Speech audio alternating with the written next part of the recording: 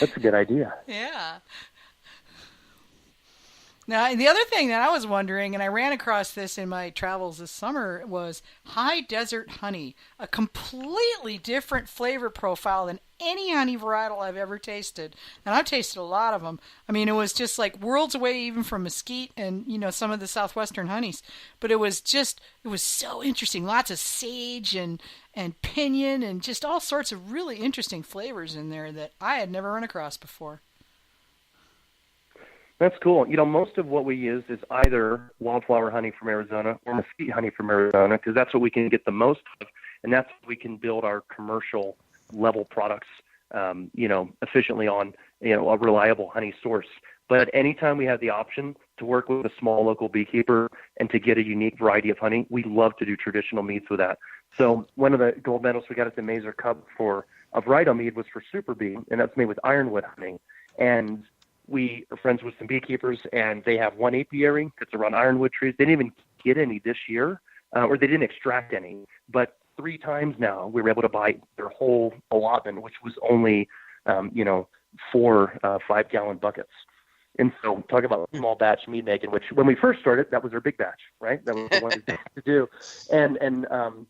But it's still really special to us. And I'm not sure if we still have in the tasting room, but I had a glass maybe a week ago, and it was just like the first time I remember trying, and that honey was just so distinct and perfect and an expression of the desert terroir, Arizona. And Wow. yeah, anytime we have an opportunity to explore something like that in a product, I think that, making a traditional mead with a varietal honey is a beautiful thing. Yeah, I wish I'd been able to try that. It wasn't in the tasting room when I was there, or at least they didn't offer it.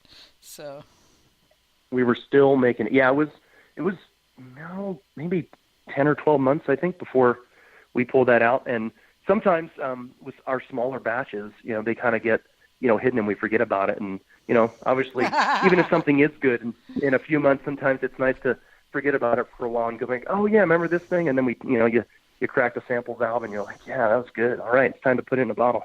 I'm really interested in the rum barrel project. That caught I'm a big rum drinker. When I drink mixed drinks, it's almost always rum, and my hubby and I are big fans, so we're always looking for like the next coolest rum, the next favorite rum. Although we're Mount Gay fans for a long time now, but just finding a really good rum barrel aged mead really catches my attention. I see all these guys and they're like, I'm aging in an IPA barrel, and I'm going, ew. Because I don't care for IPAs. It's not my thing. But yeah, rum barrel, you got my full attention with that. I am really curious to see not only what that turns out like, but what kind of meads you're going to give to the rum barrels. Because that's a flavor match thing you've got to do there. Yeah, it's going to be cool. Some other things we're looking at, we've done Madeira barrels, all kinds of beer barrels. Oh, I love Madeira barrels. Probably 8 different bourbon companies that we've used. We're using heavy toast American oak now instead of the, more, traditional medium toast. Oh. And right away, it's the difference. Oh, it's like smoke and caramel, and oh, wow. You're still getting, some oaky tannin. But, so for like what we call our Belgian dark strong meads, where we're using Belgian dark candy sugar in the fermentation, it's like a perfect pairing for that sort of, heavy flavor profile. Holy crap. But sherry barrels, different types of oak. I think I said Akavit already. I'm really excited for that as well. Akavit barrels, really? Lining up Did you bring those resources. Did you bring those back from Millkeller? From the we don't have them yet, but I have a lead on some Akavit barrels from Norway. So I'm shuddering here. I hate Akavit. We can work on. You can keep those bottles, but I'll take all the rum bottles I can afford. I think I'm complimentary pairing like some sort of mesoglin in the Akavit, or maybe something to contrast that would be interesting. I don't know what we're going to put in it yet. Yeah. And then there's even like I know people use tequila barrels. I don't know what we would do in there. That's besides an obvious sort of limey thing. But I definitely am stoked on rum barrels. And one of the challenges with barrel aging and something else that can contribute to price points, to get back to the earlier question, rum barrels are typically, they've been used multiple times by the time you get your hands on it, and it is beat up, and you have to get some coopering building tools together. You have to know how to, I didn't even know, like with rum barrels, when you have like a head bung, you got to store it standing up. And once you're like, oh, duh. And, a lot of folks have gotten rum barrels, I've heard, and, they store it like a normal barrel, and they're like, this one head just won't seal, and so just products running out. I don't know. The only time we've had that happen so far is we filled a bourbon barrel with honey. So we did a collaboration with McKellar San Diego, and we got a barrel from those guys. They aged a stout in, and we're like, let's fill it with honey. Well, we realized right away, in order to, pump out that honey with our honey pump, we were going to have to widen the bung hole. So we had to go get a hole saw and figure out how to, put a bung in upside down so it, keep the bugs out. And so we filled this barrel, and 15 gallons over, the mug that was in there just leaked out on the floor. So, honey's just sucking all that moisture out. And the same thing will happen with, maple syrup and stuff. So maybe there's a secret out there on how to really barrel age honey and maple syrup. But we tried it once. I don't know if we'll try it again. But we took what was left, and we caramelized it, and we used that, awesome, Bochet character to blend with different fruits and spices to make a series of 4 cobbler meads. They're still aging. They actually just went into barrels, so that'll be exciting to see how those turn out. What if you took, you have these so the honey sucks the moisture out of the barrels, which spreads the staves, which means the honey leaks, right?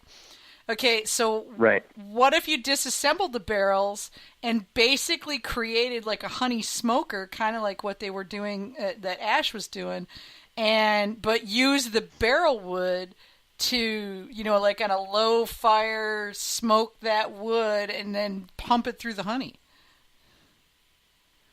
I think you could, take a container that wouldn't leak and put staves in it and see what happens for sure. Yeah, that'd be interesting. Or just for that matter, just do like some of the whiskey companies do and just stick the staves in there, Mm-hmm. Yeah, there you go. I mean, over time you're going to get, some character from that. I would think for sure. Yeah, that sounds like it might be a good idea to do after your barrel's no good for holding stuff in it. Yeah. Yeah. Tear it down and use it for staves. Depending on what you want from the barrel, right? Like if you wanted to have any kind of bourbon character, you'd probably want to use something fresh. And typically we consider the inside of those barrels to be, sanitized and good to go because they have 40% plus liquor in it. But, outside, you might want to shave that down. Oh, yeah. Not so much, yeah. But that's where if you go back to take that one to take that one to the belt sander or something. Yeah. But there you go. Burn it. There you take a half inch off the outside. Or you put it in a metal barrel and you do the same treatment that you're supposed to do to the inside of your barrel to the staves.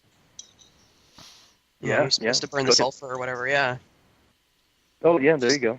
Just treat it the same way you would on all of it. I kind of like the idea of using barrel wood to smoke a honey. I mean, if you think about it, when you use mesquite wood to smoke your ribs, right, you get a lot of that character into the meat. So honey is a lot more permeable than ribs. And Ash has already shown that you can, in fact, smoke honey. So what if you had a wood, with a ton of character, whether that's a rum barrel or a whiskey barrel or whatever, and, figured out a way to consume that wood in a way that character, that smoke would go into the honey. I don't know. I think it's got possibilities. Are we talking about a honey bung again? Yeah, we are talking about honey bung again, yeah. Yes, we are. The honey bung, it's hard to get a good draw on those. I know, right? Yeah. It's so thick. You really have to dilute the honey if you want it to work well. And this is why we mark the show explicit. Slow. Yeah. There you go. Oh my gosh. Yeah, it sounds like you guys have got a lot of interesting stuff going on. I'm totally going to have to come back out there and see what's cooking, Oh yeah. Yeah, no, we're having fun every day. It's an amazing business to be part of.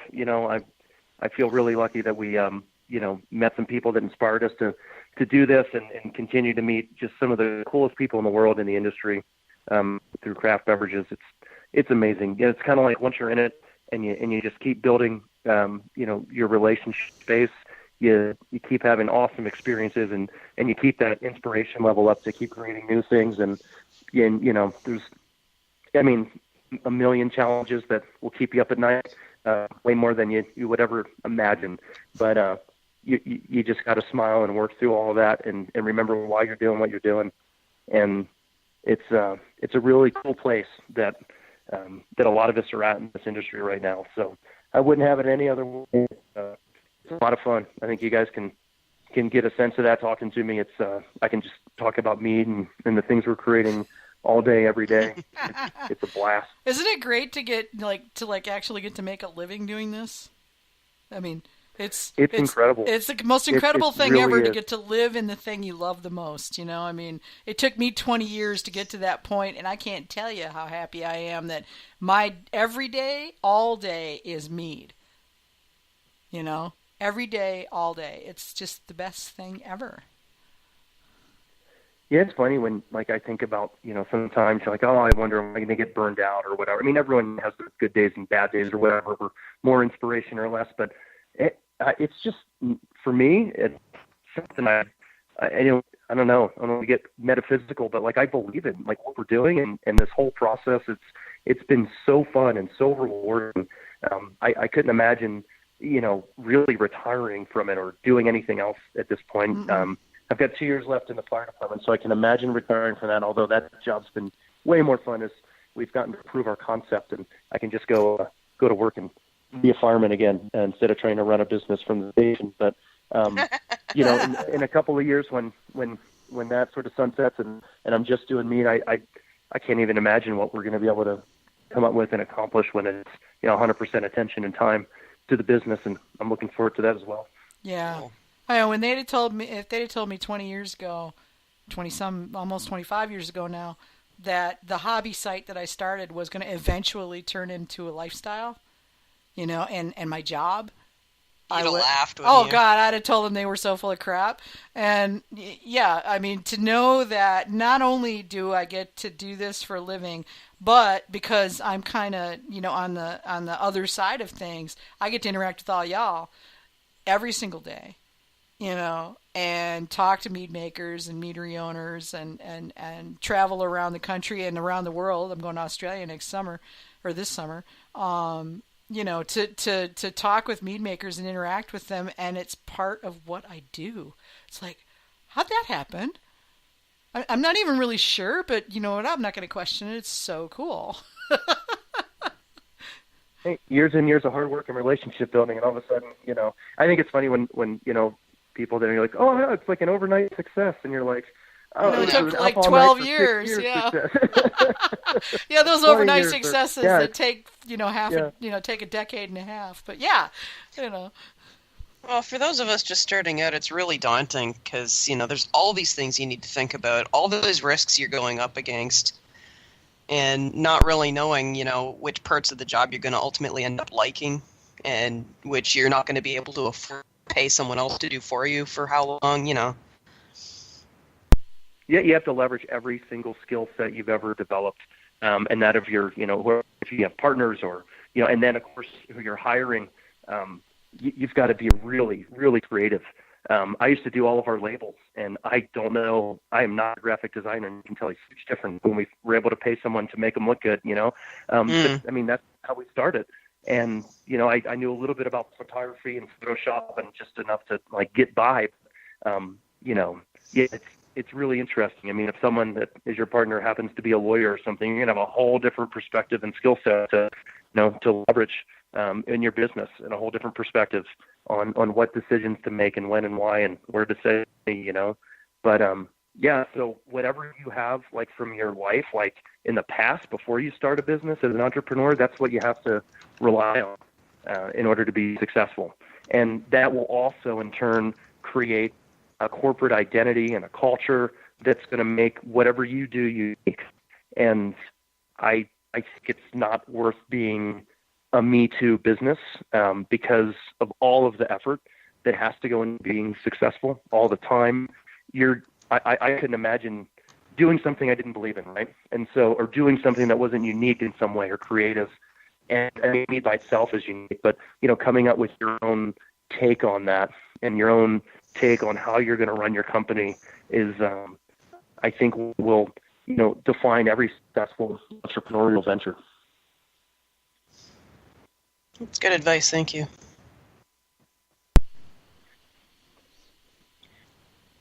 That is. I've watched so many meaderies start and A lot of them make it, some of them don't.